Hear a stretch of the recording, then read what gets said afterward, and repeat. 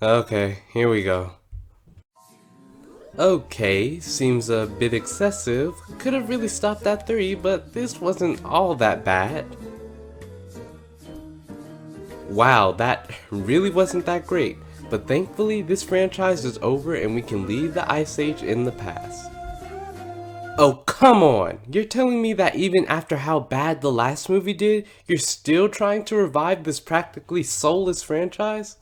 Oh, well, that makes sense. Money will make people do some very cruel things, especially you.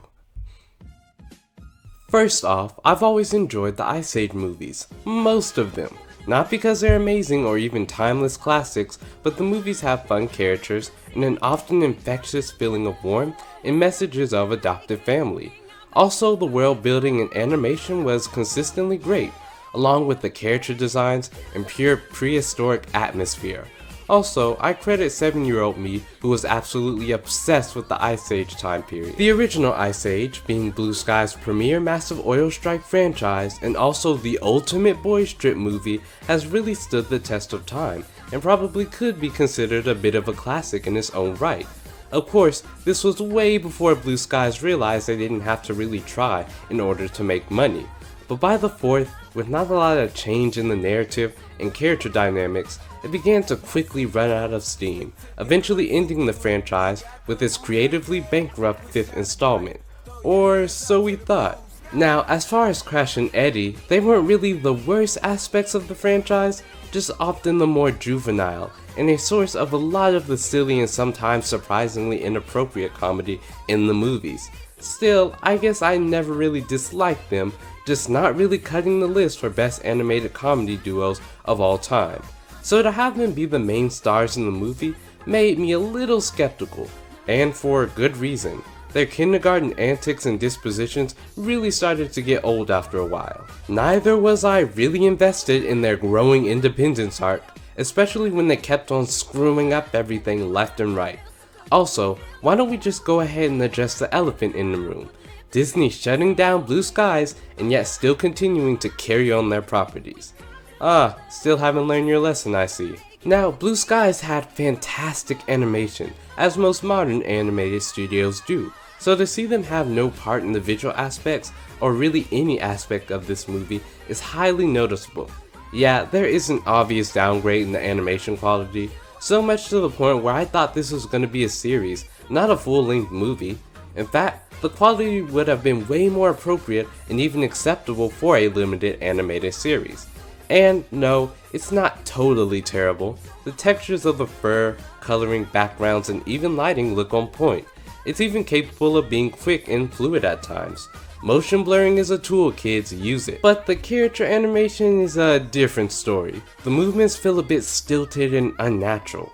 It definitely could have used a few more weeks in the oven, and it just boggles my mind that older shows like All Hail King Julian still have better, more lively character animation than this. Now, as far as other things that are common in animated spin-off series, not movies, is usually several replacements to the main voice cast, either because the really big name celebrities are too busy, or it's just cheaper and easier to get probably a voice actor veteran to offer the same imitation of those voices.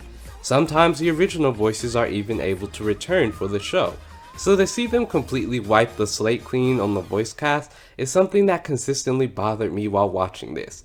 It is physically painful to listen to anybody but John Leguizamo voice it. Manny and Diego's voice is passable, and if I didn't think about it too hard, even Crash and Eddie's replacement sounded okay, though Ellie's voice replacement did noticeably sound a lot different. Then there's the question of when this takes place on the Ice Age timeline, because it makes references to different characters and plot points that happen in Collision Course, like the Pumpkin, but none of the characters like She-Ra or Peaches make any appearances, which still can't help but make me wonder, why was this made? I know, I'm trying to give this movie a chance. Now, as far as Buck himself being the best comic relief character from the Ice Age franchise, as well as being the only character with his original voice actor, is enjoyable as usual.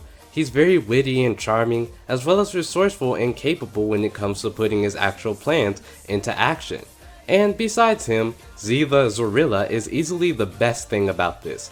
basically two exes clashing very roughly about their different outlooks on strategy and agenda, and how this has evidently pushed them apart. See, Buck and his once ragtag team of freedom fighters have fought to bring peace and equality to the Lost World, whereas Dino Krang and his raptor servants want to rule over, leaving Buck and what is left of his crew, Zee and the Possums, to stop him before his uprising causes monumental disaster. Now, Orson as a villain is not very intimidating, though I feel like they were playing more on the brains over brawn. You know, the type who have no muscle power themselves but will get others to do their dirty work for them. Yep, and this guy's voice really isn't helping his case either. Which now brings me to the script. The comedic timing doesn't feel quite as good as some of the older Ice Age films, meaning the humor is very hit or miss, just like the pacing, which does slow down a lot, especially when we have to check on Ellie in the pack, making it sometimes feel like it's being needlessly stretched out. Still, the original score by Bantu Center is really great.